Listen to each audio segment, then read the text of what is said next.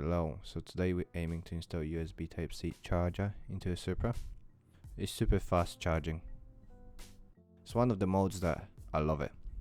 You can pause the video here. So what would you get once you order the charger? It's just this unit without the cables or any other extras. So you won't need those blanks, but you would need the cable, power cable, fuse extender, USB-C, obviously for testing, crimp wire, and USB-C port charger unit. So let's start with assembly.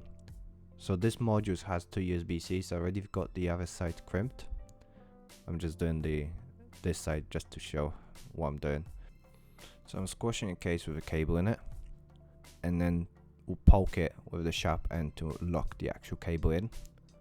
This side doesn't need to have shielding because the other side of the cable would have the actual shielding, as when this side of the cable is disconnected, it doesn't make any difference if it's going to be floating around because it's not going to make any contact. But the power cable and the ground cable would have to have a shielding applied. So now I'm crimping the ground cable with the round bit. I don't really know what it's called in English. And this is the male end that has the shielding applied. So same process, squish it and then poke it and check if the wire is secure. So happy days. So I've prepared two ground cables because there's two USBs. And for the power cable I'll be just running one. You have to make sure the cable is rated to 10 amps. Just in case, and the fuse should be 7.5 amps. So let's start installing the USB-C charger. So we have to get to a fuse box, which is located on the same side as the driver side, in the corner. So you just remove the panel and to get the access to the area. So there are only two 10mm bolts that are holding the actual panel, and then 3 clips. You don't really have to unplug your OBD1 or bonnet latch, just leave it as is. So let's connect power cable to a fuse box. So as you already know, the fuse extender has 2 ports. The top one is for the fuse extender and the bottom one is for the old fuse. So that means for the top fuse you should have your 7.5 amp. In my example I've got 10 amp because that's what I only had at the moment, but I've changed this to 7.5 later. So the fuse slot that I'm using to extend is used for the wiper motors. You could use it as cigarette lighter, but in my case I've got dashcam installed and my dashcam is hooked up to the actual cigarette lighter. And the wiper motors are 20 amp fuse rated, so the cable should be rated slightly higher than that. Also, from what I've seen, the power is applied to the wiper motors once the key is on. So that's good. That means my USB-C charger would not be active until I've got my key in ignition in on position. Also, from safety point of view, if anything happens to like wiring or like the fuse extender or the fuse, in the worst case scenario I would possibly lose the wiper motors circuit. Also, at any circumstances I would not even try or attempt to use any fuses that are related to like safety features like ABS or ECU or other stuff that's safety critical. If you don't have your fuse cover, you can stop the video here and have a quick look. Let's rip the cables now. So I'm just running cables as you can see here. Also, for your cable selections, it's very important to make sure the actual cables can go from -40 to 85C, because that rating will be used for the shielding of the cable. You could also wrap your cable with the cloth material. In my case I was just doing like a quick install because you always end up doing the mods on a quick one. So in my case, I've been driving without the dash panels for a little while because I was working on the other project. But when you want to go for like a cousin coffee and next thing you know, like, hey, I don't have any charger ports, like cigarette lighter port is not there. Radio is barely hanging, all the cables are flying around. So the cable's almost rooted. So as the next thing, what we can do is actually put the bottom cover back on. It's like literally clips in and then 2 10mm bolts back in. I've not included any videos how to remove the dash panels because possibly you already know or you already seen other videos which quite well detail step by step of how to remove the dash panels. The main big panel is actually quite tricky, like the panel where you've got your AC control and radio and other buttons. Especially the plugs for the AC are very tricky to actually remove. So once we put this panel back, we can jump in the car. So now we can connect the ground cables to a chassis. So the 2 bolts underneath the radio that we can utilize for our grounding path. The 10mm, and it seems to be quite short as well, so I don't think so they're holding anything from underneath. It's more likely that those 2 bolts are holding just a bracket. So now we can fit the actual grounding cables. Those grounding cables need to have the other end shielded. So when the cable are loose for whatever reason, for example you've not connected anything, or you don't have the USB-C connected, or you removed it, that won't create a short circuit.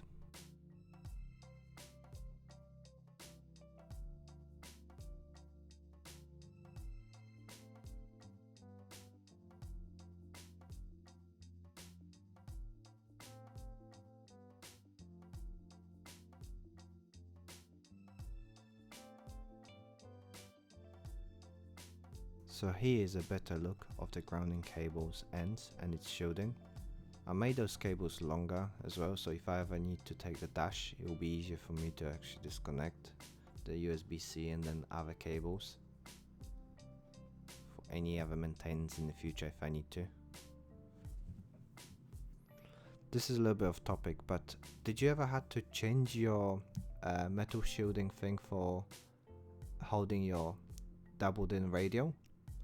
I don't know if it's just me or other people had the same problem. I had to print my one, or I had to make my custom one for myself, which is 3D printed. Let me know if you'll be interested to maybe get some. So maybe I could also add this to a shop page. But this thing is actually quite fiddly to make, so I just didn't bother. I just made one off. But it's using the same mounting holes, and it's a little bit wider. It's still got mounting points for the ABS unit that's on the top. But at least I can fit my radio there, otherwise I was not able to. That's what happens when you buy someone else's car and then they do modifications, and then you just have to go with what you've got. So now I'm gonna trim the actual power cables to a shorter length. I'm using only 1 string, but the cable is rated for over 10 amps. So each USB Type-C can pull up to 3.3 or even 3.4 amps from what I've seen at 12 volts. So assuming the worst case scenario that you have 2 USBs powering 2 devices and then pulling a full capacity, so altogether will be about 7 amps. So if you've got like 7.5 amps fuse, that will do the job. But it's unlikely usually that you'd have to fully drain devices that you're trying to charge. So the power cable that we installed, it needs to have 2 power outputs. So that's what I'm doing now. Just once again, the power cables got the shielding aspect at the end of the cables. Similar thing to the ground ones. If it's just for whatever reason you end up driving the car or turning the ignition and then you don't have anything connected, because if that end touches the chassis, then your fuse will pop, more likely. But what we've done a mechanical joint, and then we're gonna solder the cables.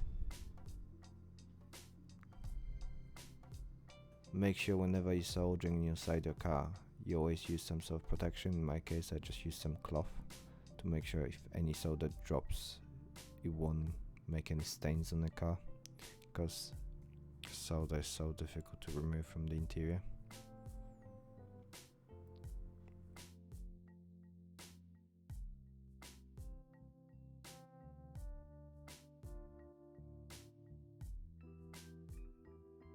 As 2 cables are going to the crimp, I'm gonna apply a heat shrink to hold everything in place.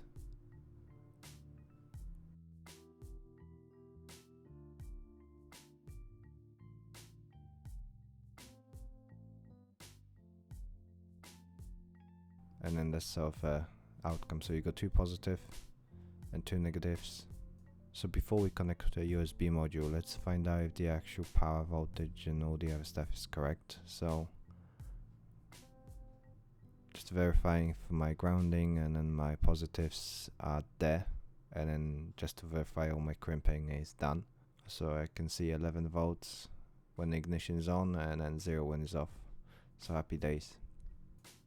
Also verify that you get 12 volts once the car starts. So in my case, you can see the car is on 13 something volts. So as the cables are verified now, next stage is to test the USB module with all the wiring to verify everything is okay with the USB module before we install it, before we fit into the dash panels. So red ones is positive, 12 volts battery, and black ones are negative, chassis ground.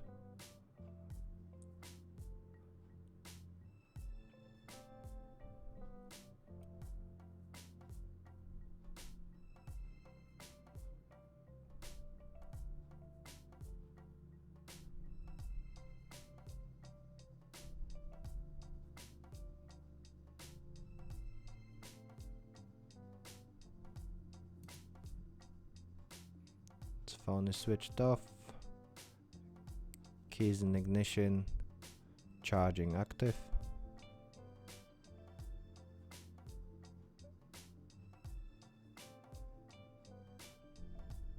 So now we can install the actual USB module into the dash panels. So I'm also replacing my other two poverty option buttons, as there's nothing there, and I quite like the wooden finish. If your blanking buttons failed, you can easily get replacement, or the ones that I've made, and you can get them from my shop page. I made them to be a little bit more of a better fit, I believe, and way more secured. So it'll be very difficult for those buttons to fall out or get pushed in. To install those blanks is literally a push in exercise, as you can see here, and you have to make sure that little bit here just clicks in, or like gets secured. Those buttons are made in such a way that they actually follow the curvature of the dash panel, so that's why also you get that wooden finish. So I think it looks good. So it's time to assemble the rest of the things. I'll speed this up from here because it's not really related to what we're doing, but just to give you an idea if you want to see the back of the panel of what's in there. Don't forget to put your safety plastics behind the cigarette lighter. Be very delicate with installing your dash panels. And this is now where the fun begins. Plugging those cables in, or those sockets back in, it's difficult. It's quite challenging.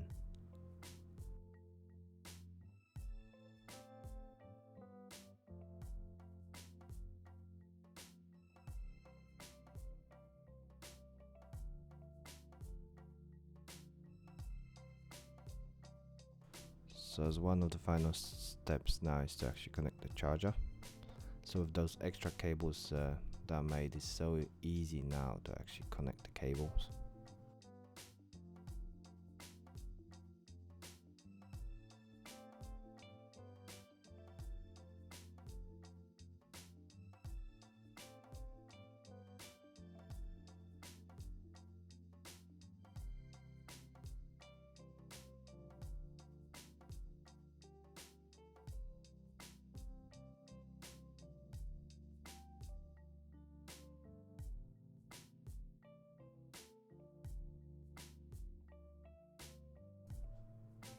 So as I install, I have to say it actually came out quite good. I think this mod is one of the better mods to have for your Supra, because now you've got two USB-Cs, so you can have one for charging your phone and the other one for GoPro or other things, or your passenger. The only issue you may have if your car is manual, because with the gear shift, where you push your gear shift for first, third and fifth, you'll be pushing your hand quite close to the dash panel.